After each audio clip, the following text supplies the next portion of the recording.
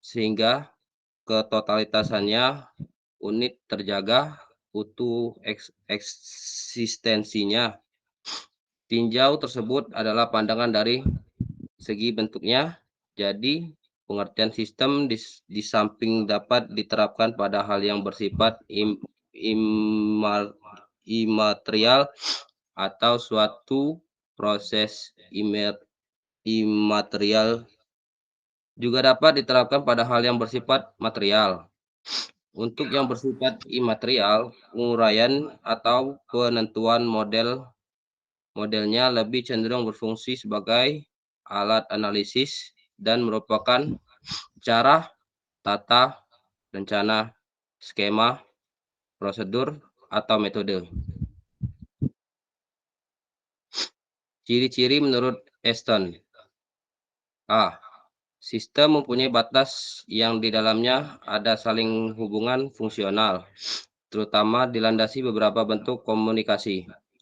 B. Sistem terbagi ke dalam sub-subsistem yang satu sama lainnya saling melakukan pertukaran, seperti antara desa dengan pemerintah daerah atau pemerintah daerah dengan pemerintah pusat. C.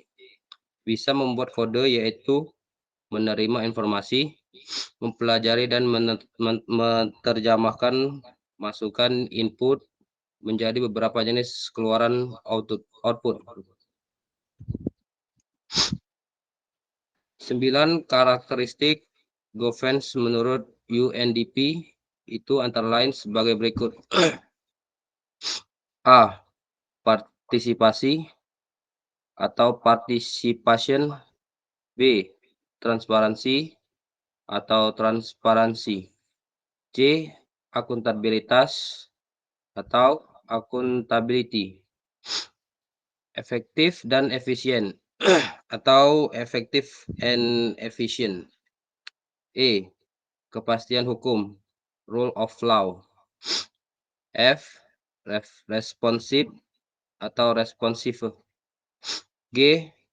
Konsensus atau konsensus. H. Kesetaraan dan inklusif, equality and inclusiveness. I. Visi strategis atau strategis vision. Hasil pembahasan 2. Hasil dan pembahasan website, portal, dan government. Salah satu karakteristik government menurut UNDP adalah partisipasi. Partisipasi masyarakat dapat dijadikan satu tolok ukur tingkat kepedulian masyarakat terhadap pelaksanaan tata kelola pemerintah daerah. Aspek partisipasi.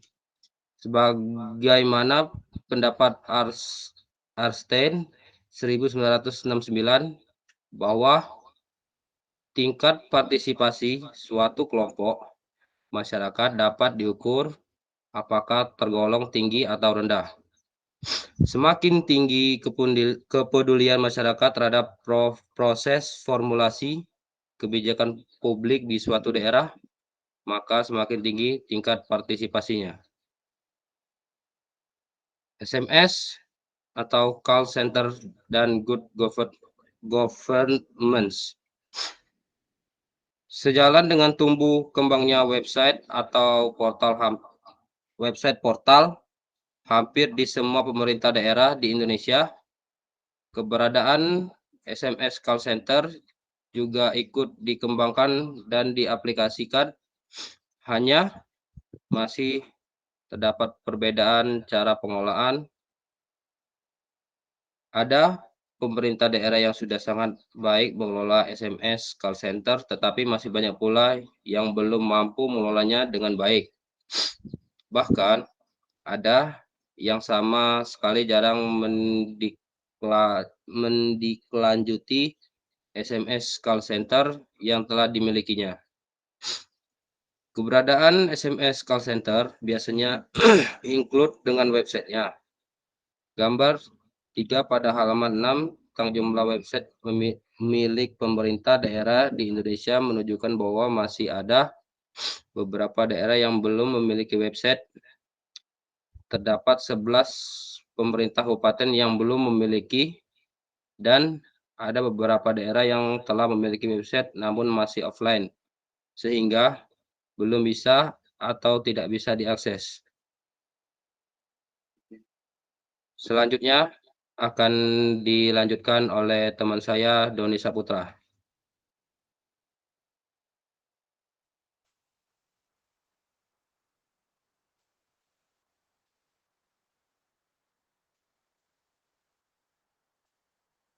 E-paper atau surat elektronik tidak semata-mata model sirkulasi email, namun lebih dari itu, tepatnya memiliki pengertian yang lebih luas.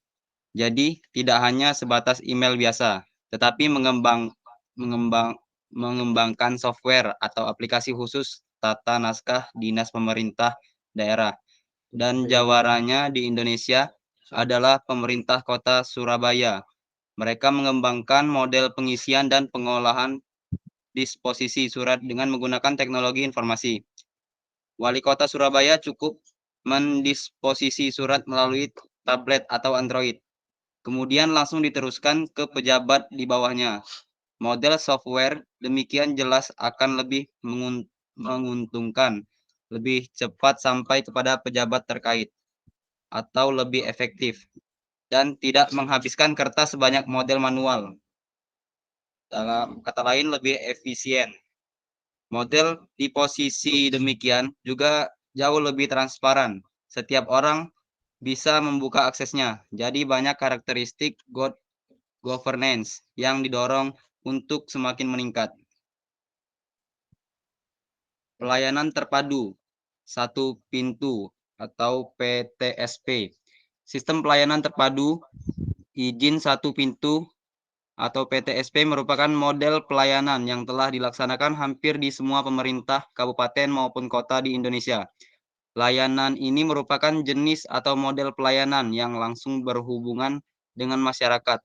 Semua jenis pelayanan yang menjadi tugas pokok, fungsi, dan kewenangan pemerintah, kabupaten atau kota dilaksanakan dalam satu gedung. Model pelayanan satu pintu atau satu atap one-stop service mulai dari pelayanan administrasi kependudukan, KTP, kartu keluarga, pelayanan surat izin usaha, pembayaran pajak bumi dan bangunan, dan lain-lain. Model ini sebenarnya baik untuk mendorong peningkatan partisipasi masyarakat. Masyarakat mau mengurus kepentingannya sendiri tanpa melalui pihak lain, misalnya melalui jasa makelar atau biro jasa. Iklan dulu sedikit ya teman-teman. Kartu tanda penduduk elektronik (eKTP).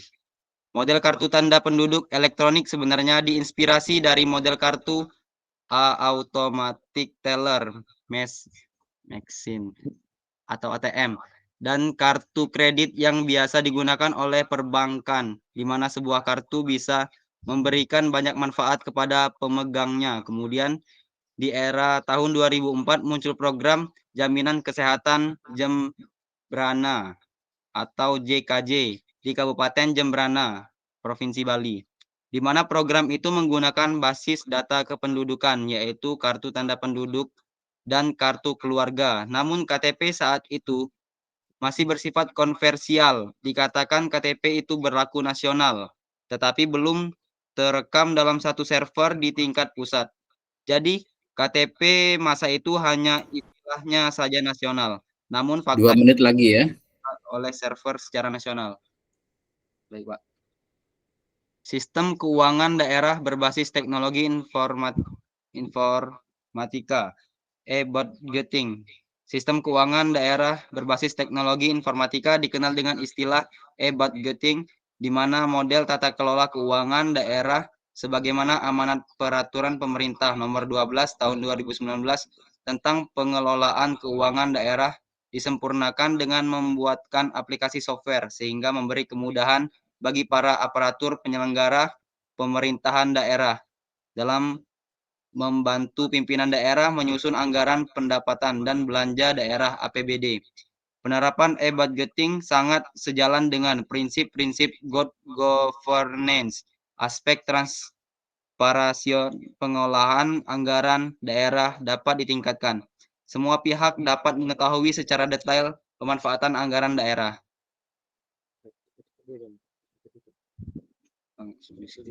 Perancangan berbasis elektronik. Perancangan pembangunan daerah berbasis elektronik disebut e-planning, merupakan salah satu amanat dalam ketaatan Peraturan Menteri Dalam Negeri Nomor 86 Tahun 2017 tentang tata cara perancangan, pengendalian, dan evaluasi pembangunan daerah, tentang rencana pembangunan jangka panjang daerah dan rancangan pembangunan jangka menengah daerah, serta tata cara perubahan rancangan pembangunan jangka panjang daerah. Pengadaan barang atau jasa secara elektronik. Penerapan e-procurement sebagai sistem pengadaan barang dan jasa memiliki prinsip sebagaimana disebutkan dalam Peraturan Presiden Nomor 16 Tahun 2018 tentang pengadaan barang atau jasa pemerintah. Prinsip-prinsip tersebut adalah: 1. Efisien, berarti pengadaan barang atau jasa harus diusahakan dengan menggunakan dana dan daya yang minimum untuk mencapai kualitas dan sarana dalam waktu yang ditetapkan, atau menggunakan dana yang telah ditetapkan untuk mencapai hasil dan sarana dengan kualitas yang maksimum. Waktunya habis ya, silakan ditutup.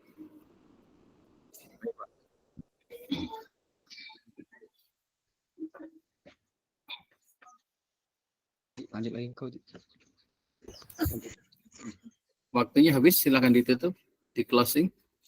Ganti peserta lain ya.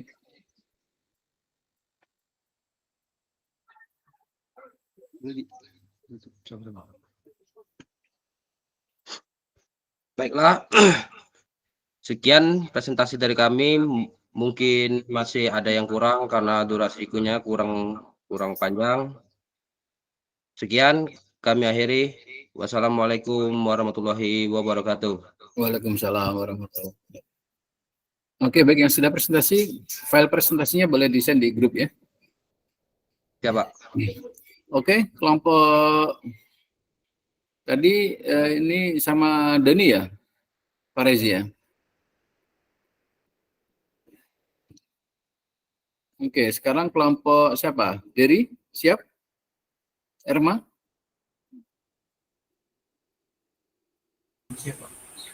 Boleh Pak, siap Pak. Oke, silakan Dery.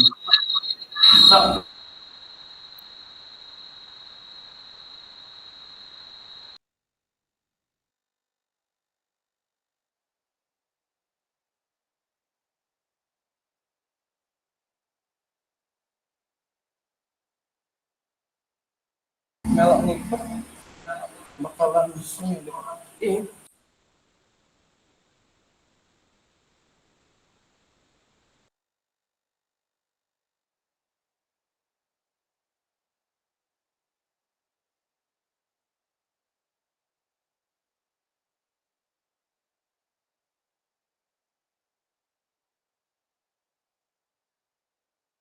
Terus yang itu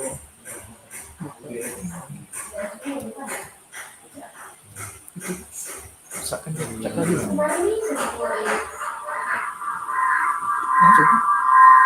itu kan tabrakan suaranya Cok. Assalamualaikum warahmatullahi wabarakatuh. Kalau menyumbang dari kecil. Waalaikumsalam warahmatullahi wabarakatuh. Assalamualaikum warahmatullahi wabarakatuh. Di PPT kami ini pemanfaatan teknologi digital dalam kegiatan pembelajaran.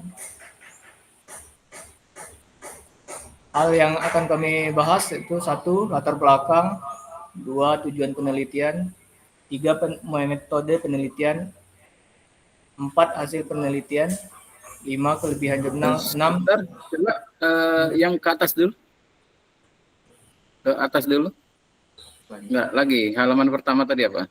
Nah ini Pak, pemanfaatan teknologi digital dalam kegiatan pembelajaran. Oke, lanjut.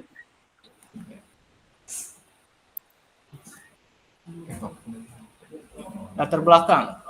Penelitian ini menggunakan metode tinjauan literatur integratif untuk meninjau berbagai teknologi digital yang berkembang pesat dan dapat dimanfaatkan sesuai kemampuan guru dan perangkat teknologi yang dimiliki sekolah, guru, dan peserta didik. Hasilnya menunjukkan bahwa literasi digital adalah kemampuan individu untuk menggunakan alat dan fasilitas digital secara tepat. Sementara kompetensi digital mencakup keterampilan, konsep, pendekatan sikap, dan lainnya. Pemanfaatan teknologi digital dalam pembelajaran dapat meningkatkan minat dan motivasi belajar siswa, kualitas proses pembelajaran dan hasil belajar, namun perlu memperhatikan berbagai aspek seperti kemampuan sumber daya manusia, keamanan, dan kesehatan guru dan siswa. 2. Tinjauan penelitian. Untuk meninjau pemanfaatan teknologi digital dalam proses pembelajaran di sekolah dasar serta untuk mengidentifikasi kompetensi digital yang diperlukan dalam pendidikan.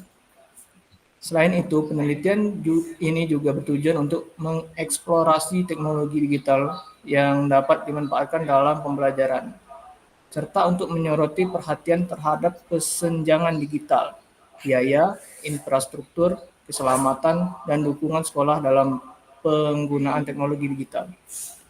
Selain itu, penelitian ini juga bertujuan untuk menyoroti manfaat potensial dari teknologi digital dalam pembelajaran, seperti mendorong praktik dialogis dan emansipatory peserta didik, serta memperkaya pengalaman belajar. 3. Metode penelitian. Penelitian ini menggunakan metode tinjauan literatur integratif untuk meninjau pemanfaatan teknologi digital dalam pembelajaran di sekolah dasar, serta untuk mengidentifikasi kompetensi digital yang diperlukan dalam pendidikan. Metode ini menggabungkan berbagai artikel berbasis empiris dan penelitian, buku dan literatur lain tentang kompetensi digital dan pemanfaatannya dalam pendidikan abad 21. 4. Hasil penelitian. Hasil penelitian menunjukkan bahwa pemanfaatan teknologi digital dalam pembelajaran di sekolah dasar dapat meningkatkan minat dan motivasi belajar siswa, kualitas proses pembelajaran, dan hasil belajar. Artikel juga membahas kompetensi digital dalam pendidikan, teknologi digital yang dapat dimanfaatkan dalam pembelajaran, serta manfaat potensial dari teknologi digital dalam mendorong praktik dialog dan emansipatory peserta didik. Namun perlu diperhatikan kesenjangan digital, biaya infrastruktur, keselamatan, dan dukungan sekolah dalam penggunaan teknologi digital. Literasi digital dan kompetensi digital juga penting dalam memanfaatkan teknologi digital dalam pembelajaran. 5. Kelebihan jurnal. Jurnal ini memberikan tinjauan komprehensif tentang pemanfaatan teknologi digital dalam pembelajaran di sekolah dasar melalui metode tinjauan literatur integratif. Hasilnya menunjukkan bahwa teknologi digital dapat meningkatkan minat belajar, motivasi siswa, kualitas pembelajaran, dan hasil belajar. Artikel juga menyoroti kompetensi digital memanfaatkan potensi teknologi digital dalam praktik dialogis dan emansipatory, serta perhatian terhadap kesenjangan digital, biaya infrastruktur, keselamatan, dan dukungan sekolah.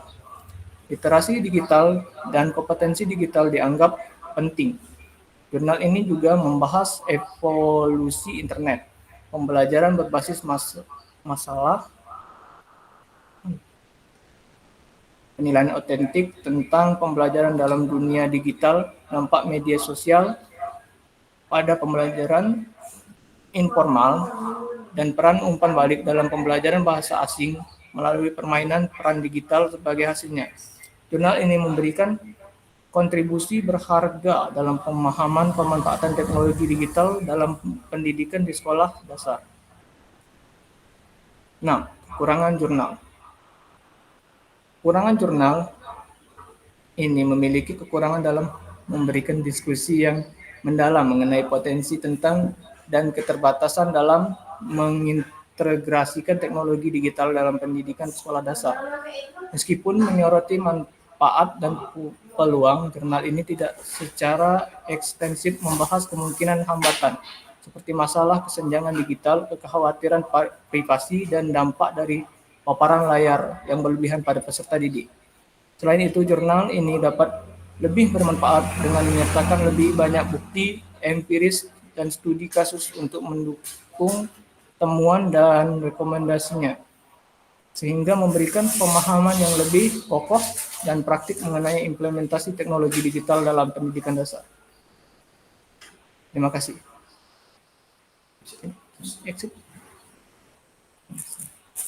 Terima kasih kelompok Dery. Boleh langsung dikeluarkan ya dari ya turun.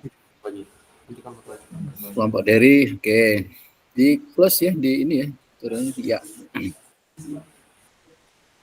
Selanjutnya kelompok siapa tadi yang datang duluan? Erma? Kelompok Erma? Erma Julia Citra. Kelompok kami jadi Pak. Belum Pak. Belum siap. Pak. Belum siap. Oke. Kelompok Nerma. Kelompok Andes. Andes, Pak. Kelompok Nerma sudah siap? Siap Pak. Siap Pak. Oke, boleh silakan langsung saja.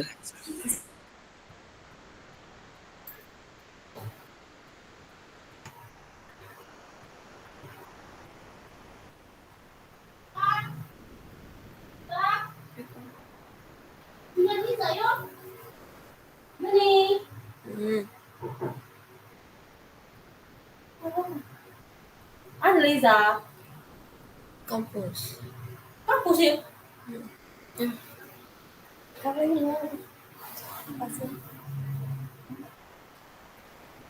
Baiklah, Assalamualaikum warahmatullahi wabarakatuh. Waalaikumsalam warahmatullahi wabarakatuh. Boleh di slide atau langsung saja ya?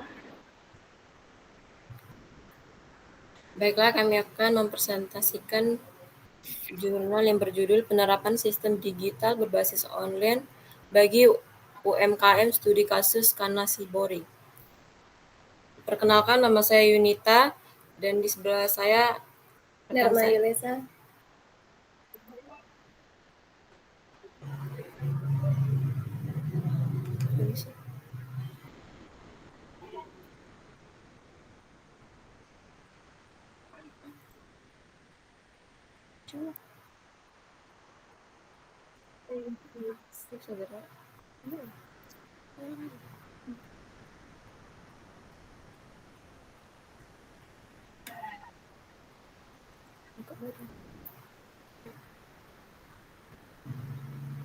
Kok udah gerak, Pak?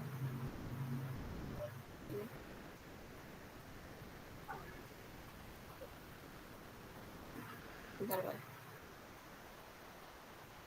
Bentar, Pak.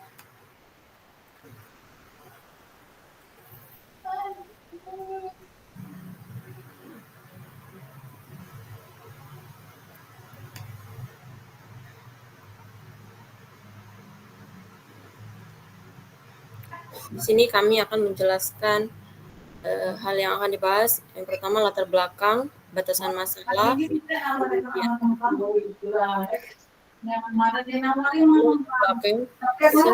kecil dan menengah UMKM yang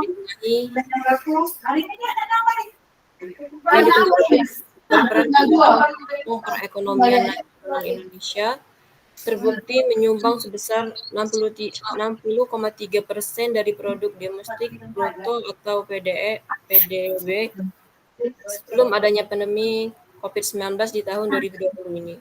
Untuk itu, peran UMKM perlu semakin ditingkatkan, apalagi di tengah sekarang. Yang kedua itu ada batasan masalah. Yang pertama, penelitian ini menggunakan data dari UMKM yang sudah berjalan studi kasus di Kota Yogyakarta. Yang kedua, penelitian ini menggunakan data-data seperti data jumlah produk, harga, dan lain-lain. Di sini ada metode penelitian. Yang pertama, metode penelitian sistem yang perancangan antarmuka atau graphical user interface. Yang ketiga, pengkodean atau coding dan pengujian sistem. Yang pertama, metode perancangan sistem. Perancangan interaksi sistem. Perancangan ini merupakan sebuah proses yang dilakukan untuk membangun rancang model secara umum yang nantinya menjadi proses operasional sistem atau aplikasi. Yang kedua, perancangan hipodiagram. Tahap ini merupakan proses yang akan dilakukan untuk menggambarkan struktur aplikasi. Perancangan diagram hipo akan zona dinamika informatika menentukan kemudahan dan usability model yang akan dibangun pada penelitian ini. Seterusnya ada use case diagram. Use case digunakan untuk menjelaskan interaksi antar user di dalam sistem. Sebagai contoh, admin dapat melakukan pembuatan, pengubahan dan penghapusan data user maupun data referensi. Penggunaan atau user lainnya diberi otoritas untuk menginputkan data produk UMKM. Admin maupun user dapat melihat hasil analisa data dan laporan. Seterusnya ada normalisasi basis data. Dalam melakukan pengembangan sistem informasi, data perlu dikelola dengan baik agar basis data yang digunakan dapat efektif dan efisien. Normalisasi adalah teknik untuk mengorganisasi data ke dalam tabel-tabel yang bertujuan untuk menghilangkan kerangkapan data menggunakan kompleksitas di ruangan. 3 dan menit lagi ya. mempermudah modifikasi data. Ya.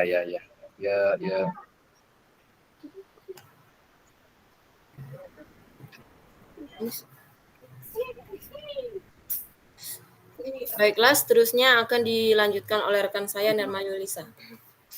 Metode perancangan antarmuka graphic user interface. Usability terkait dengan kemudahan penggunaan dan kenyamanan user dalam memanfaatkan fitur dan fasilitas di dalam sistem.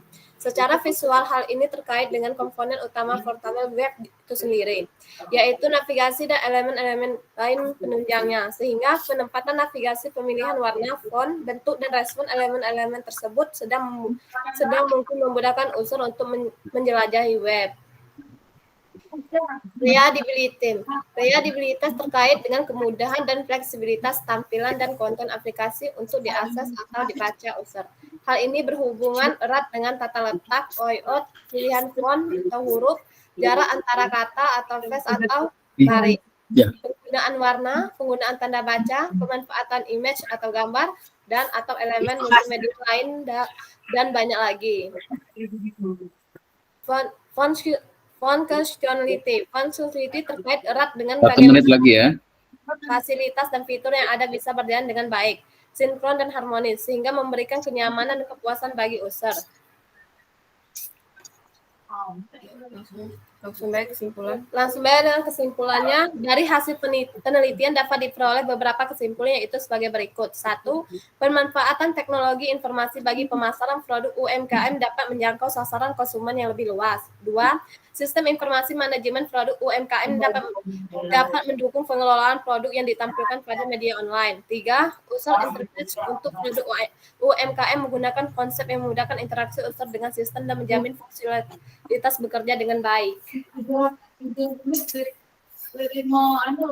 Oke. Terima kasih si kelompok siapa tadi? Kelompok Nerma, Pak. Nah, selanjutnya nanti gini ya, karena mohon maaf ini ada undangan mendadak dari Kaprodi. Nanti kuliah kita lanjutkan. Ada berapa kelompok yang belum presentasi? 1, 2, ya, ya, Aminatus, ya, nanti Gofta juga ya. Nanti siap nanti kita diskusi kapan ini kita gabungkan karena nanti tanggung ya ada kelas lain itu cuma 1-2 kelompok. Nanti pesertanya sengaja biar ada gitu ya. Nanti dari kalian juga. Jadi gabung. kelas 1, kelas 2, kelas 3 bagi yang belum presentasi nanti gabung jadi satu, karena ada 1-2 kelompok ya di kelas lain belum presentasi. Ini kalau saya buka kelas kan terlalu sedikit ya peserta, jadi kurang yes gitu. Gitu ya. Yang jelas teman-teman semuanya nanti silahkan dipastikan Anda join itu menggunakan laptop ya. Terus kemudian nanti silahkan siapkan presentasinya. Itu yang penting. Saya lihat ini sudah pada siap ya, tinggal nunggu antrian. Gitu ya, saya rasa pertemuan hari ini saya tutup sekian. Nanti gabung ya. Presentasi Pak. Pak, sekali lagi Pak. Ya, ini saya sudah ditelepon bolak-balik dari Prodi ya, untuk nggak tahu, kayaknya ada hal yang harus dibahas ya. Ini semua dosen-dosen ngumpul di sana semua itu ya. Mungkin ada sesuatu yang mau disampaikan. Sekali lagi mohon maaf ya, ini waktunya singkat. Nanti malam aja kapan gitu ya, biar agak longgar. Pak, kami tidak serumah Pak. Kalau yang sudah tidak usah gabung lah. Nggak serumah nggak apa-apa kan online. Ya masing-masing kan. Iya Pak, nanya Pak. Oke. Saya akhiri sekian. Assalamualaikum warahmatullahi wabarakatuh. Apa izin tanya Pak?